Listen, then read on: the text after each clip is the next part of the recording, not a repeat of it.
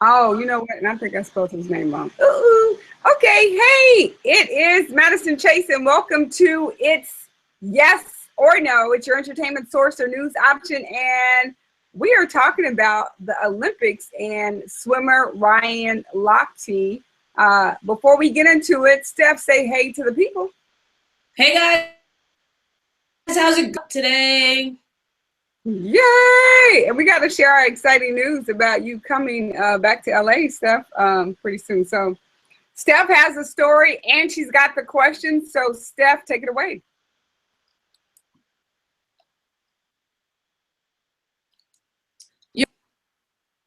Are you there still? Yep. So the story is now, a few nights ago, it was reported that Ryan Lochte and 3 other swimmers were robbed. Now, from the beginning, this story, sounded a little bit sketchy because Ryan Lochte did not go to any Olympic officials or police, but the first time we heard about this story, it was through the media. So that to me was like, wait, what? What is happening? And the way that he said it, he said that he got pulled over and these guys came out of the car, flashed badges, and they were pretending to be police. And they around, and Ryan was saying that he said, "I'll abide by these rules. I didn't do anything wrong." And then he said that one of the guys put a gun to his forehead. And then he said, fine, he gave him his wallet, but they didn't take his cell phone. They didn't take his passport, anything like that. They just took his wallet. So the story seemed a little bit weird at first. Then TMZ had reported later that night that maybe this did not happen. And it's interesting because TMZ is usually right. So they reported that maybe this did not happen. And then after that, then there was more and more stories about this. He was on the Today Show. He said this. There was a lot of stories of Ryan Lochte and what had happened to him. So I feel like a lot of people just went to, oh, he couldn't be lying. That story on TMZ was rubbish. Now, another story came out last night that the Rio police had ordered the passports of these swimmers to be taken. Now, it turns out that Ryan Lochte is already back in the U.S., but American Olympic swimmers Jack Conger and Gunnar Bennett were not. And they were actually pulled off their flights from Rio de Janeiro to the United States overnight last night. So then they were questioned today, and literally breaking news from CNN, it just came out that says U.S. swimmers who were allegedly robbed were involved in a fight and vandalization of a Rio gas station, a station owner tells newspapers. So now not only are people saying that this story is rubbish, they were saying that they actually, one of the quotes that I'll read you from this story says, they stopped next to the gas station and urinated outside next to the gas station. We even have images of one of the athletes' butts and he's pulling up his pants. So, and once there was those other inconsistencies with the stories, which led the police to want to take their passports and question them. One of the stories said they left this club at 4 a.m. Then there was video surveillance footage of them leaving at 5:50 a.m. So nothing here is really lining up. So it's very interesting. And again, this story is developing, so more and more things might happen as we, put this up. Or if you hear something else that happens, let us know, because this is, to me, this is huge, because there was a bad name around Rio to be holding the Olympics. They were saying nothing was going to be ready. The waters were dirty. The Zika virus. There was all these bad things happening. And yes, a couple incidents happened, but all in all, I feel like what it could have been and what it wasn't so bad. Again, nothing's perfect. Some bad things did happen. I'm not trying to overlook that. But the fact that now this story is taking over media and is taking over is kind of interesting. And not only is it interesting, it's Ryan Lochte, who also was quoted that he said, if Michael Phelps, who won, he's now the most decorated Olympian, he's amazing, he did so well, he said, if Michael Phelps didn't exist in swimming, I'd be the Michael Phelps of swimming. Well, yeah, if every other team or anyone better than me didn't exist, I'd be the best too. So I feel like with that comment, with the stories not lining up, with going to the media before anyone else, now finding out that they got into a fight and vandalized stuff too, like, to me, what is happening? Does any of this happen? I mean, it just seems very crazy. And it's now that they've got, it's not just this story. They've got lawyers involved. They've got officials involved. They've got police involved. Like, this is kind of a big deal now. It sounds like a big mess that he has created. And you said he was on a reality show too? Yeah, he had his own reality show for a while. So I feel like it's clear he wants some sort of attention. Yes, that's what it sounds like to me. So do you have questions, Steph? Because this is interesting. I do. Mm-hmm. Are you ready? I'm ready. Okay. My first question is the obvious. Do you think that he really got robbed?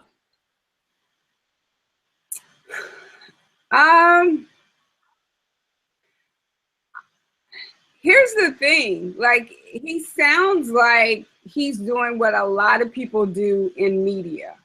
He sounds like he is creating a story to create press. Because if you point a gun to my head, not only am I calling my mom, not only am I calling everybody I know, but I'm also calling not just the authorities in Rio, but I'm calling the authorities in the United States and the U.S. Embassy. Like, it's going to be a big deal. So I feel like because he didn't do that initially, and the fact that he says if there was no Michael Phelps there, he would be the number one guy. So I feel like it's very ego driven. So I don't think, based on the facts that you just read and the facts that you just gave, I would say unequivocally that I don't think he was robbed. Yeah, I agree with you. I don't think he was robbed either. And apparently he had said that the reason why he didn't tell the Olympic Committee was because he was scared they'd get in trouble. So, I mean, you're not competing anymore. You go to a party. Now, actually, as we were talking literally minutes ago, TMZ posted a video that says U.S. swimmers damaged gas station, guard forced them to pay up. So there's a video of this on TMZ.com that we'll probably try and put a link to as well. My second question is a little bit out of the box to this story, but follow me here. Okay. Do you think, now apparently they were at a party thrown by, the Club of France. And there's, you and I both have been to a lot of athlete events around big sports, whether it be Super Bowl or when I used to work in the action sports industry. Now, there's always these huge parties. Do you think there should be parties to encourage drinking at these athletic events? That's a good question, Steph, because I heard another story of, I think they're from Brazil, that they may have, they partied so hard before their actual event that they didn't even compete or somebody didn't show up. So I think the Olympics are different because how long does it take? We do the Olympics like every 4 years, right? Right. It's different sports. Yeah, it's different sports. You have different personalities. I think maybe, you have the opening ceremonies, right?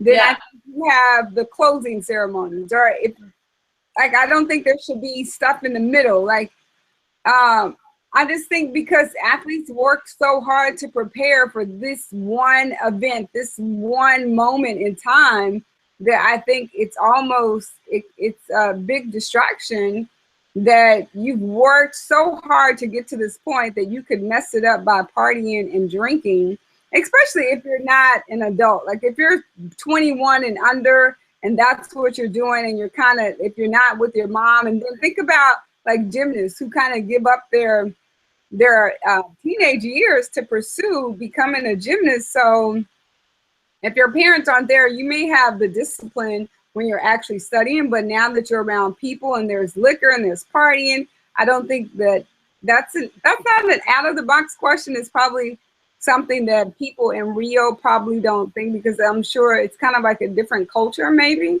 I've never been to Rio, but I would assume that that might be a part of their culture, is like celebration and drinking. So I think, I'm yeah, pretty sure at all the Olympics, though, no matter where they are, there's parties like this.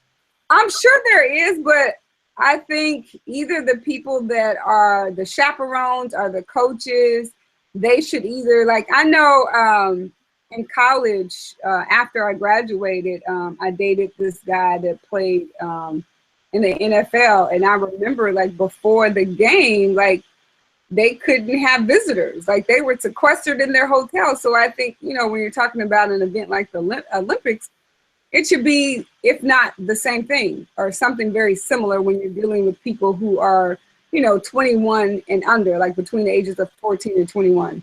So yeah, I agree that I don't think they should have parties like that with alcohol and late nights and partying. Yeah, I agree with you. You know, if there was a party when it was over, it's a little steam. It's cool for the athletes to bond with each other. But still during the ceremonies, number one, it takes away from the athleticism and the dedication. And people make bad choices. And alcohol makes people make bad choices sometimes. Number two, it leads to the possibility of something like this happening where the press kind of overshadows the actual Olympic Games. So I agree with you. Okay, question number 3. Now, do you think this is going to make the Olympic Games look bad? You know what? Listening to your story and how people kind of had an overview or perspective of what the Olympics in Rio was going to be like, i.e., they weren't going to be prepared, that it was going to be the worst, and then we already had the Zika incident. You had that kind of already overshadowing it. I don't think it's going to make it look bad. I think it's actually going to make Ryan look bad. It's going to make Americans look bad. It's going to make America look bad. Like, we will do anything to get press, i.e., and because he's a former reality star too, if he was on a reality show, like, I didn't know that about him, and I obviously didn't watch the show that he was on, but I think it makes him look bad. And I think that's something when we look at how the media portrays a story, we tend to take that one person and say, oh yeah, they represent all Americans, especially when we're talking about people of color. Like, there tends to be this misnomer that, you know, like, even my mom, when she watched something that we talked about, and she was like, well, you can't say that, you know, I think it was a swimming thing that we talked about, and black women in our hair. And she was like, well, that's, you know, maybe you should have started with, she was just confused, because I feel like sometimes as people of color, we think that what I say, if you don't know any black people, that what I say is going to represent every black woman in America. And that's not necessarily true. And so I think this isolated incident should only be Ryan Lochte and the other guys who were involved. And they should be the people that people say they messed up. And there are some, you know, kids that don't have home training, and their parents and their family should be embarrassed. And this should not be a reflection on the entire Olympic, Rio 2016 Olympics. Yeah. No, I'm with you. I think that, you know, because the Olympics are going through the measures to get them back, to hold their passports, and to do that, I don't think it's going to make the Olympics look bad. And I do think that it's going to make us look very bad. We're going to look entitled. We've won the most Olympics. It's going to take, I mean, we've won the most medals so far. It's going to take credibility away from that. I feel like every other athlete should shun him. And it was, you know, he did well in the Olympics 4 years ago. He did well before that as well. He did a reality show because of that. Like, that just shows too, like, when you're a disciplined athlete and you want to focus on getting better and better and better, especially when you got someone like Michael Phelps ahead of you, do you really want to spend your time on a reality show or in the pool? So I feel like, you know, a lot of what he's done, and, you know, honestly, maybe I'm wrong. Maybe he did get robbed. Maybe it was a horrible experience. You know, but I'm finding that hard to believe right now. But if that did happen, I do feel bad for him, because, you know, no one should have to experience that. But I am having a very hard time believing, with all the things that we're reading and who he was before this.